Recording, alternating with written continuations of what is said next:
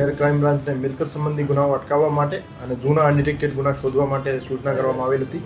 એ અન્વયે crime DCP Shri Bharat Basiya સાહેબના માર્ગદર્શન હેઠળ પીઆઈ શ્રી AS ચાવડા સાહેબ, પીઆઈ શ્રી મનોજ ડામોર સાહેબ અને પીઆઈ શ્રી ચિરાગ જાદવની ટીમો કાર્યરત હતી. એમાં પીઆઈ શ્રી AS ચાવડા સાહેબની ટીમના PSI SM રાણા સાહેબને એક બાતમી મળી હતી કે 2012ની સાલમાં હોસ્પિટલ ચોક ઠાકર હોટલ પાછળ જે શેરીમાં એક લૂંટનો બનાવ બન્યો હતો 14 વર્ષ જૂનો.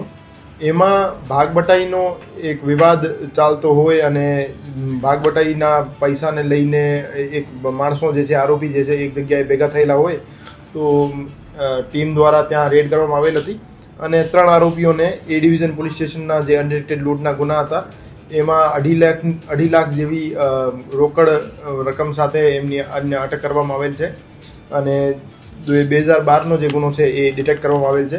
એ જે આરોપીઓ છે અફઝલ ઉર્ફે સદ્દામ અહેમદભાઈ દલવાણી, રાકેશ ઉર્ફે બીટુ ચંદ્રકાંતભાઈ ચુડાસમા અને ઇકબાલ ભીખુભાઈ શેખ, એમને ત્રણેય મળીને 2012માં એક મોટરસાઇકલ ઉપર આવી ફરિયાદીની એક્ટિવાની આડી પોતાની મોટરસાઇકલ રાખી ફરિયાદીની આંખમાં મરચાં નાખી અને એમની પાસેથી 12 લાખ જેવી રકમ ભરેલી બેગ ઝૂંટવી લીધેલ હતી અને લૂંટને અંજામ આપેલ હતો.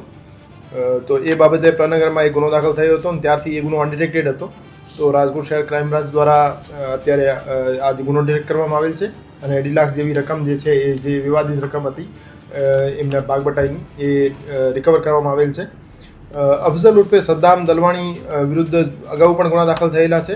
5 ગુના એના વિરુદ્ધ ટોટલ ઈગુસ્કોપમાં દર્શાવે છે, જેમાં એક ચોરીનો ગુનો, એક ખંડણીનો, એક મારામારીનો અને બીજા પ્રોહિબિશનના ગુના છે. અને રાકેશ ઉર્ફે બીટુ ચુડાસમા જે છે એના વિરુદ્ધ જૂનાગઢમાં 2 પ્રોહિબિશન એક્ટ હેઠળ ગુના દાખલ થયેલા છે. અને આરોપી ઇકબાલભાઈ શેખ વિરુદ્ધ રાજકોટ શહેરમાં જુગાર ધારાના 3 ગુના દાખલ થયેલા છે. આ રીતે આ તમામ આરોપીઓ ગુનાહિત ઇતિહાસ ધરાવે છે. અને પ્રનગર પોલીસ સ્ટેશનમાં આ જે બનાવ બન્યો હતો એના 5 મહિના પછી પોપટપરા નાળા પાસે એક લૂંટનો બનાવ બન્યો હતો. એમાં પણ રાકેશ અને જે અફઝલ હતા એ ઇન્વોલ્વ હતા. કેટલા વર્ષ પછી આવ્યા છે ધરપકડમાં, તો ભાગબટાઈ આટલી મોડી કેમ છે અને ક્યાં નાસ્તા પડતા હતા ત્યાં સુધી?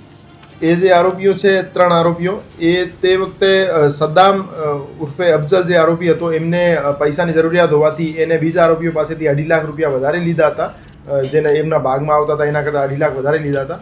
ત્યારથી એ પરત નહોતો આપતો અને એમના વચ્ચે જે 2.5 લાખની રકમ હતી એના લઈને વિવાદ ચાલતો હતો. તો એ રકમ પરત કરવા માટે આરોપીઓ ભેગા થયા હતા. એ જ વિવાદમાં એમની ઇન્ટરનલ ઇન્ફોર્મેશન લીક થઈ અને રાજકોટ શહેર ક્રાઇમ બ્રાન્ચને સૂચના મળી. મૂળ આરોપીઓ ક્યાંના છે ને આટલા સમય ક્યાં નાસ્તા કરતા? આરોપીઓ અહીંયા જ રહેતા હતા, રાજકોટ શહેરના છે 3 આરોપીઓ. અને એ આરોપીઓ કોઈ બીજા ગુનામાં નાસ્તા ફરતા નહોતા અને એ જે અનડિટેક્ટેડ ગુનો છે એમાં પણ નામઝદ નહોતા, એટલે નાસ્તા ફરતા એમને નહીં કહી શકાય. એ ગુનો અનડિટેક્ટેડ હતો તો એટલે આરોપી કોન્ફિડન્ટ હતા કે એમને કોઈ નહીં પકડી શકે. રાજકોટ જ રહેતા કે લૂંટ કરીને પેલા બહાર વહી જતા આવું કોઈ પ્રાથમિક વિગતમાં તપાસ? ના, જ્યારથી ગુનો અનડિટેક્ટેડ હતો ત્યારથી રાજકોટ જ રહેતા હતા. જે રીતે મેં બતાવ્યું A ડિવિઝનમાં લૂંટ કર્યા પછી પ્રનગરમાં પણ એ બંને આરોપીઓએ લૂંટ કરી હતી. એ લૂંટમાં પકડાઈ ગયા હતા પણ ત્યારે A ડિવિઝનવાળો ગુનો ડિટેક્ટ નહોતો થયો. અત્યારે ગુનો ડિટેક્ટ કરવામાં આવ્યો છે. ટોટલ 3 આરોપી ઇન્વોલ્વ છે, જેમાં અફઝલ ઉર્ફે સદ્દામ, રાકેશ ચુડાસમા અને ઇકબાલ ભીખુભાઈ શેખ.